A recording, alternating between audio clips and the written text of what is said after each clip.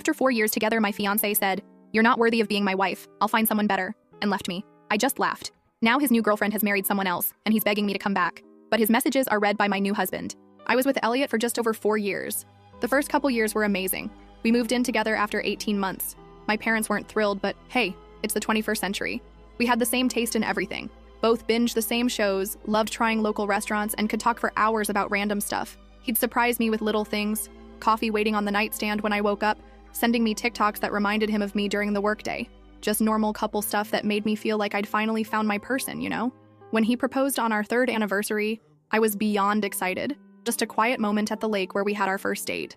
The ring wasn't huge, which was fine, but it was perfect. I posted the obligatory ring pic on Instagram, called my mom crying, and immediately started planning our wedding for the following summer. But something shifted about 6 months after we got engaged. It was subtle at first. Little comments about my appearance that weren't exactly compliments. He started saying things about how that dress would look better if I toned up more. Or maybe I should try a different hairstyle. Something more sophisticated. I'd laugh it off, but these comments started coming more frequently. Then it expanded beyond my appearance. He started mentioning how I should be more ambitious. He'd question things I said in front of his friends, making me feel stupid when I didn't know something he thought was obvious. He even started making comments about my family being too simple, and how I needed to elevate myself if I was going to be his wife. I wish I could say I immediately stood up for myself, but I didn't. Instead, I started believing him. I changed my hair, bought new clothes, started working longer hours. I even took online courses because he said I needed to be more cultured. Looking back, it's embarrassing how much I tried to change for him. But when you love someone, sometimes you don't see how toxic things have become until you're drowning in it. The breaking point came 3 months before our wedding. We were talking about final details when he made a comment about my dress, which he hadn't seen. I'm traditional that way. He said his mom was worried I'd choose something expected rather than classy enough. When I asked what that meant, he just unleashed. He went on this rant about how he'd been settling and was starting to realize I wasn't wife material for someone like him. He said his family had concerns about me being able to represent him properly in social circles. Then came the words, "I'll never forget." He looked me straight in the eyes and said I wasn't worthy of being his wife, and he thought he could find someone better. I just sat there completely stunned. 4 years together, and that's what he thought of me? That I wasn't worthy? Who even says that to someone they supposedly love? I didn't cry. I didn't scream. I just laughed. It wasn't intentional. It just bubbled up from somewhere deep inside me. The absurdity of it all hit me at once. This man who I'd been trying so hard to please for months was telling me I wasn't good enough, when the reality was he wasn't worthy of me. My laugh obviously wasn't the reaction he expected. He looked confused, then angry, demanding to know what was so funny. I just shook my head and told him he was right. We shouldn't get married. But not because I wasn't worthy, because I deserved better than someone who made me feel like I was never enough. I grabbed my purse, walked out of our apartment, and went straight to my best friend Monica's place. The tears came later that night. 4 years is a long time to invest in someone, and realizing it was over hit me hard. But underneath the sadness was this weird sense of relief? Like I'd been carrying this heavy backpack and someone had finally taken it off. Elliot called and texted constantly over the next few days. At first angry, calling me dramatic and saying I was overreacting. Then apologetic, saying he didn't mean it and was just stressed about the wedding. Finally, condescending again, telling me I was making a huge mistake and would regret walking away from him. I stayed with Monica for 2 weeks while figuring out next steps. Canceling the wedding was a nightmare. PSA. Wedding insurance is worth every penny, y'all. But my friends were amazing. They helped contact vendors, return gifts, and break the news to guests. My parents were supportive too, though I could tell my mom was worried about what people would think. Small town gossip is brutal. The hardest part was going back to get my things. I deliberately went when I knew he'd be at work, but he showed up halfway through my packing. He switched between begging me to reconsider and coldly telling me I was making the biggest mistake of my life. He actually said, "Good luck finding someone else at your age," as if 29 is ancient, lol. What struck me most was how he seemed more concerned about appearances than losing me. He kept saying things like, "Everyone's going to be talking about this," and "My family has already told everyone about the wedding." Not once did he say he loved me or would miss me. That's when I knew for sure I was making the right choice. I found a small apartment across town and threw myself into making it my own space. It was the first time I'd lived completely alone, and honestly, it was freeing. I could decorate however I wanted, watch whatever shows I liked without commentary, and just exist without being evaluated. The first month was rough. I'd wake up reaching for him, or think of something I wanted to tell him before remembering we weren't together anymore. But slowly, I started rediscovering parts of myself that had gotten lost in our relationship. I picked up hobbies I'd abandoned because he found them childish. I reconnected with friends I'd drifted away from because he didn't click with them. About 6 weeks after the breakup, I heard through mutual friends that Elliot was telling people I'd had some kind of mental breakdown, and that's why I ended things. Classic Elliot, rewriting history to protect his ego. I considered setting the record straight, but realized it didn't matter what people thought. The people who mattered knew the truth. What surprised me most was how many messages I got from friends checking on me and offering support. Several people confided that they'd noticed how Elliot spoke to me and had been concerned. One of his cousins even reached out to say she was proud of me for walking away. That validation helped on days when I second-guessed my decision. Through all this, Elliot's texts became less frequent, but more manipulative. He'd send things like, "Just saw your favorite movie is playing at the theater," or "Remember that restaurant we always wanted to try? Finally went there today." Never an apology, just weird breadcrumbs like he was trying to remind me of what I was missing. I didn't respond to any of them. It's been 3 months now since that night, and I can honestly say I'm doing better than expected. My apartment feels like home. I've been doing better at work. Turns out I am ambitious when I'm not being told my job isn't good enough. I've even started dating again. Nothing serious, just coffee meetups to remind myself there are decent men out there.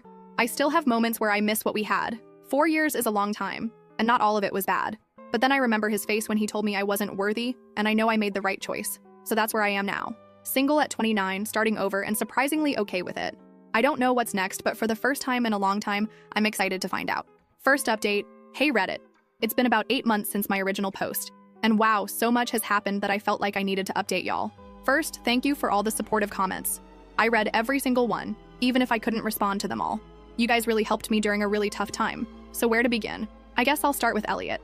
About a month after my last post, I heard through our mutual friends that he was seeing someone new. Her name is Daisy, and apparently she's everything I'm not. Comes from money, has some fancy job in the city, commutes about an hour each way, and according to Monica, who ran into them, dresses like she walked out of a magazine. Initially, this news hit me harder than I wanted to admit. Even though I knew he wasn't right for me, there's something uniquely painful about seeing how quickly someone can replace you after 4 years together. I had a bit of a setback when I first heard about them. Spent a weekend feeling sorry for myself, scrolling through old photos and wondering if maybe I should have tried harder to be what he wanted. But then I remembered why we broke up in the first place, that "you're not worthy" comment that showed exactly what he thought of me. No amount of changing myself should be about making yourself worthy of someone else's love. Either they love you for who you are, or they don't deserve you. That's something my therapist helped me realize. Yes, I started therapy after the breakup, and it's been amazing. Anyway, I forced myself to get out of my apartment that Monday and met up with Monica for dinner. She mentioned that her brother was having a birthday gathering that weekend and practically begged me to come. After some persuasion and maybe a glass or two of wine, LOL, I agreed to go and read it. That's where I met Wyatt. He's Monica's brother's best friend from college and was in town for the birthday. We ended up talking most of the night, first in a group setting, and then somehow we found ourselves sitting on the porch swing having this deep conversation about everything from our favorite podcasts to our biggest fears. There was no pressure, no awkward flirting, just this easy connection that I hadn't felt in maybe ever. I wasn't looking to jump into another relationship. Honestly, I was enjoying my independence and still working through the Elliot breakup. But Wyatt and I exchanged numbers, and he texted the next day asking if I'd want to grab coffee before he headed back home. He lives about 40 minutes away in the next town over. That coffee turned into lunch, which turned into a walk in the park, which turned into dinner. We spent the entire day together, and it felt so easy. He asked thoughtful questions and actually listened to my answers. He talked about his family with this genuine passion, and not once did he make any comment about my appearance, my job, or my potential. He seemed interested in who I actually am, not who I could be. We started dating long distance, if you can call 40 minutes long distance, LOL. He'd come to my town some weekends, I'd go to his others. We had our fair share of awkward early relationship moments, like when his Roomba got stuck under the couch during our third date and started making this unholy screeching noise right when we were having a serious conversation. Or when I tried to cook him dinner and set off his smoke detector 3 separate times. But those moments just became things we laughed about rather than sources of tension. About 3 months into dating Wyatt, I ran into Elliot and Daisy at Target. I'd been dreading this moment, imagining I'd feel jealous or inadequate. But when I saw them, the weirdest thing happened. I felt nothing. No jealousy, no anger, not even awkwardness. Just this calm recognition that that part of my life was over. We exchanged brief hellos, and I noticed Elliot looking surprised at how comfortable I seemed. Daisy was polite, but clearly uncomfortable. The whole interaction lasted maybe 30 seconds, but it felt like a huge personal victory. Later that week, I got my first text from Elliot in months. "It was good to see you. You look well. Would love to catch up sometime as friends." I showed it to Wyatt, who just raised his eyebrows and said, "What do you want to do about it?" Not telling me how to respond, not getting jealous, just supporting whatever I decided. I chose not to respond to Elliot. Some doors are better left closed. As for Wyatt and me, things progressed naturally, but not too slowly. After 6 months of dating, he suggested I move in with him since I was spending most weekends at his place anyway. His house is older but has so much character, and he'd been renovating it himself room by room. The idea of leaving my little apartment was scary. It had been my safe haven after the breakup, but it also felt right. Moving in together was an adjustment, isn't it always? We had to figure out where all my stuff would go in a house that was already fully furnished. We had different ideas about temperature settings. I'm always cold, he's always hot. He leaves his shoes in the middle of the hallway. I leave cabinets open after taking something out. But instead of these differences causing friction like they did with Elliot, they just seemed to balance us out. Through Monica, who remains an excellent source of small-town intelligence, I heard that Elliot and Daisy were getting serious. Apparently, he took her to meet his parents, which was something he and I didn't do until almost 2 years into our relationship. I was surprised by how little this bothered me. If anything, I felt a little sorry for Daisy, wondering if she was experiencing the same subtle put-downs that had eroded my self-esteem. About a month after I moved in with Wyatt, the text from Elliot started again. Nothing inappropriate exactly, just persistent. How have you been? Heard you moved. Hope all is well. Remember that band we saw together? They're coming back to town. Each time, I either didn't respond or kept my replies brief and neutral. I didn't tell Wyatt about every message because they seemed so insignificant, but I didn't hide them either. Then came the day Elliot called instead of texting. I was cooking dinner with Wyatt when my phone rang, and I could see it was him. I showed Wyatt the screen, feeling suddenly anxious. "You can answer if you want," he said, giving me space to make my own decision. I declined the call, but Elliot left a voicemail asking if we could meet up because he had some things he wanted to say in person. After discussing it with Wyatt, I decided to text Elliot back saying I was happy in my current relationship and didn't think meeting up was a good idea. His response came quickly. "I understand. I just wanted to apologize properly for how things ended. I said things I didn't mean. Too little, too late, but at least it was something." I thanked him for the apology and left it at that. Life went on.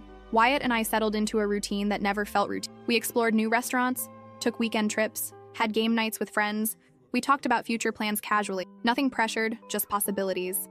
And then, 6 months after I moved in, Wyatt proposed. It wasn't a grand gesture. We were having a picnic at the lake, not the same one where Elliot proposed, thankfully, and he simply said he couldn't imagine his life without me. The ring was perfect, a vintage sapphire that had belonged to his grandmother. I cried, laughed, and said yes without hesitation. That evening, as we celebrated with champagne on our porch, my phone lit up with a text from Elliot. "Heard about your engagement. Didn't realize things were that serious. Hope you're not rushing into anything you'll regret."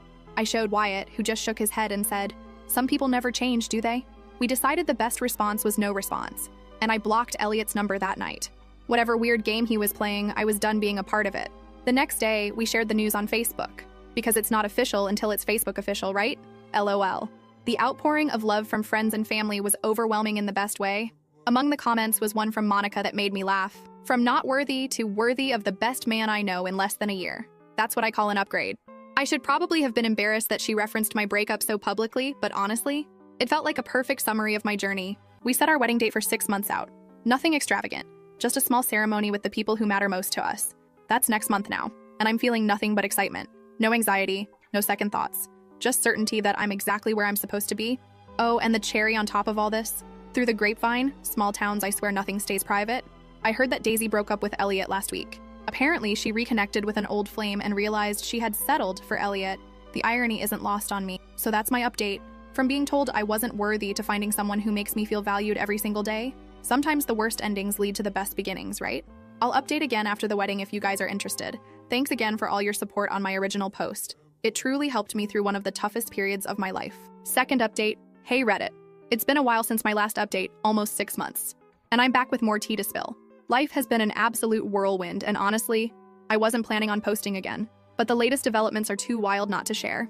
So where did I leave off? Right, Wyatt and I were engaged, and we'd set our wedding date. Wedding planning was so different this time around. With Elliot, everything was about impressing his family and friends. With Wyatt, we just focused on what would make us happy. Small ceremony, close friends and family, nothing extravagant, but everything meaningful. No debates about whether the napkins were the right shade of blue or if my dress was sophisticated enough. Ugh, still can't believe I put up with that. About 2 months before our wedding, Monica dropped the biggest bombshell. Remember Daisy?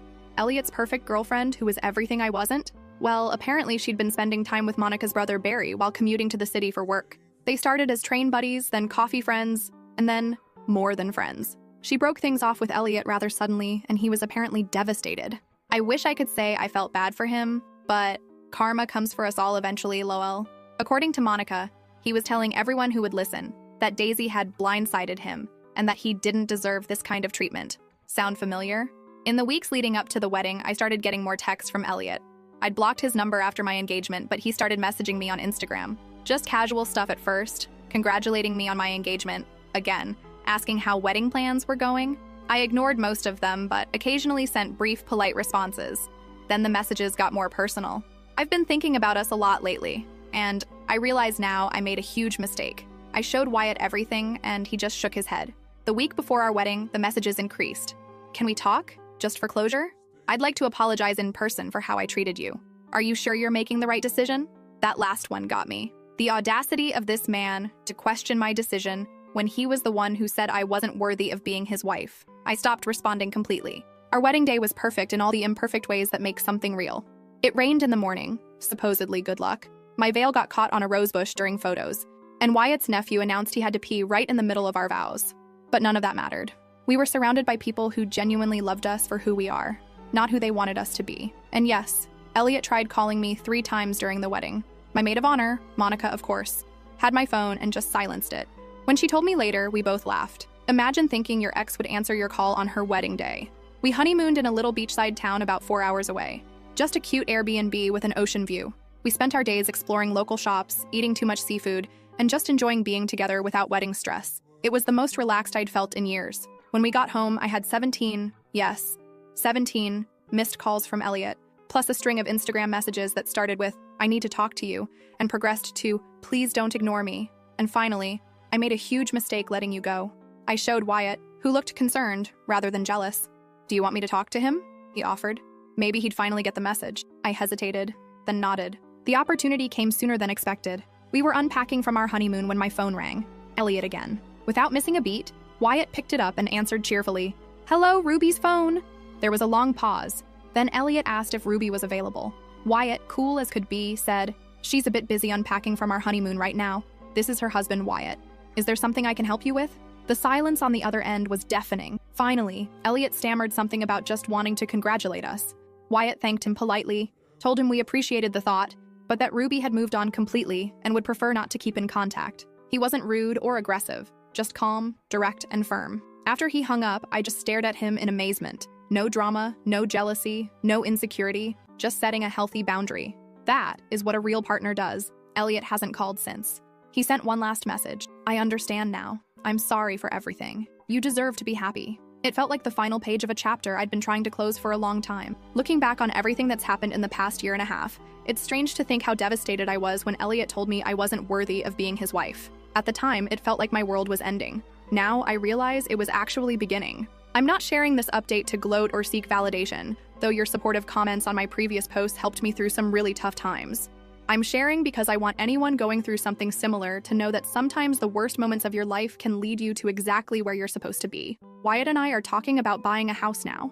Just somewhere to build our life together. Somewhere that's ours from the beginning, with no ghosts of relationships past. So that's where I am now. Happily married at 30, starting a whole new chapter, and finally understanding what it means to be truly valued by someone. I might post one more update down the road, but for now, life is good. Better than good. It's exactly as it should be. Thanks for reading, Reddit. Your support has meant more than you know. Last update. Hey, Reddit! It's been almost a year since my last update, and I genuinely thought I was done posting about this saga. But life has a funny way of giving you closure when you least expect it, and I just had to share this final chapter with you all. So, Wyatt and I have been married for 15 months now. After months of searching, we finally found our first house together about 4 months ago. A 3-bedroom ranch-style home built in the 90s with some interesting wallpaper choices and a kitchen that desperately needed updating. But it has a big backyard for our future dog, still debating between a golden retriever or a rescue mutt, and it's ours. Home ownership has been a wild ride so far. The day after we moved in, the dishwasher decided to flood the kitchen floor. 2 weeks later, we discovered a family of squirrels had been living in the attic. And don't even get me started on the bathroom sink that randomly gurgles in the middle of the night. But honestly, working through these little disasters together has been strangely fun. Wyatt and I make a good team. He's better at the heavy lifting. I'm better at organizing the chaos. After getting mostly settled, we decided to host a housewarming party. Just a casual Saturday afternoon gathering with about 20 friends and family members. I spent days cleaning every corner, arranging snack platters, and making sure our new place looked presentable, despite the half-finished painting project in the hallway. The party was going great. Monica brought her famous buffalo chicken dip. Wyatt's brothers helped set up the new patio furniture. and everyone was mingling comfortably between the living room and backyard. I was in the kitchen refilling the ice when Monica came in with this weird look on her face. She told me that Elliot was outside. Yes, that Elliot. My ex, who wasn't in any way invited to our housewarming party. Apparently, he'd shown up completely unannounced, carrying a bottle of wine and looking slightly disheveled. Monica had intercepted him in the driveway and was trying to figure out how to tell me without causing a scene. My first reaction was annoyance. This was our day in our new home. The fact that he thought he could just show up after everything. Ugh. But then I took a deep breath and realized I wasn't even nervous about seeing him. That knot in my stomach that used to appear whenever I thought about running into him, completely gone. I told Monica to let him in. It seemed easier than creating drama by turning him away, and went to find Wyatt, who was showing his dad the garage storage system he'd installed. When I explained the situation, Wyatt just raised his eyebrows and asked what I wanted to do. Again, no jealousy, no territorial nonsense, just support. Have I mentioned how much I love this man? We decided to greet Elliot together, keeping things civil but not overly friendly. When we walked outside, he was standing awkwardly by the snack table, looking out of place. He'd clearly had a few drinks before arriving. Not sloppy drunk, but definitely loosened up. He handed me the wine bottle, which, ironically, was the exact same kind he used to criticize me for buying because it wasn't sophisticated enough. The conversation started painfully polite. He complimented the house, asked standard questions about the neighborhood, mentioned the weather, all while giving Wyatt these weird side glances. I could feel the tension building, but kept things moving along, introducing him to people as an old friend, which felt generous but seemed simpler than ex-fiancé who told me I wasn't worthy of him. Things took a turn when one of Wyatt's cousins innocently mentioned how happy Wyatt and I seemed, and how perfect we were for each other. Elliot mumbled something under his breath that sounded suspiciously like, she wouldn't be here without me. When I asked him to repeat himself, the floodgates opened. He launched into this bizarre speech about how he had prepared me for Wyatt, how his criticisms had motivated me to improve myself, and how I should actually be grateful for our breakup, because it led me to where I am now. I was too stunned to respond immediately, but Wyatt calmly stepped in. No raised voice, no macho confrontation. He simply said that while he was certainly grateful that I was in his life, my personal growth had nothing to do with being torn down by someone else. He added that we'd prefer to focus on celebrating our new home today, and maybe this wasn't the best time for this conversation. Elliot didn't take the hint. Instead, he turned to me and asked if I ever thought about what could have been if he hadn't let me go. His words, not mine, as if he didn't tell me I wasn't worthy. The way he said it, like he was doing me a favor by considering taking me back, instantly transported me back to that night, when he'd broken my heart and my spirit in one fell swoop. I told him, as gently but firmly as I could, that I never think about what could have been, because I'm too busy being grateful for what is. That breaking up was the best thing that could have happened to both of us. And that worthy isn't something someone else gets to decide for you. It's something you realize about yourself. The look on his face was complicated. Surprise, confusion, maybe even a flash of regret. For a moment, I thought he might actually understand what I was saying, but then he looked around at our friends, our home, our life, and something shifted in his expression. He muttered something about how I'd changed, like that was a bad thing, and that I didn't used to be this cold. Before I could respond, Monica stepped in with perfect timing. She mentioned that she'd run into Daisy and Barry last weekend at the farmer's market. Apparently, they're expecting their first baby in the summer and just bought a house across town. She showed us all a picture on her phone, and they looked genuinely happy. Watching Elliot's face as he processed this information was like watching someone solve a difficult math problem. He seemed genuinely shocked that Daisy had moved on so completely. When Monica casually mentioned that Daisy had told her the relationship with Elliot had been a learning experience, ouch, I thought he might actually explode. Instead, he drained his drink, mumbled something about having another commitment, and headed for the door. Wyatt, ever the gentleman, walked him out while I stayed behind with Monica, both of us trying not to make eye contact until he was gone to avoid bursting into inappropriate laughter. When Wyatt came back, he just shook his head and said Elliot had asked him, man to man, if I was always this stubborn. Wyatt told him he preferred the term self-assured and suggested Elliot take an Uber home since he'd clearly been drinking. The party continued without further drama, though I noticed a few curious glances and definitely heard some whispered conversations. Small town life. This will probably be local gossip for at least 3 weeks, LOL. The next morning, I woke up to a text from Elliot. I'm sorry for yesterday. I didn't mean to cause a scene. I hope you're happy. Simple, a bit ambiguous, but probably the closest thing to closure I'll ever get from him. I didn't respond. Some conversations are better left ended. So that's it, Reddit. Life isn't perfect, of course. Our roof needs replacing sooner than we thought. We argue about whose turn it is to take out the trash. I still sometimes struggle with the echoes of insecurity that Elliot planted. But through it all, I've learned that worthiness isn't something you earn through changing yourself to please someone else. It's something you recognize when you're finally with people who never questioned it in the first place. Your support, advice, and kind words helped me through some of my darkest days. I won't be posting any more updates, for real this time, but I'll be here in the comments if anyone has questions.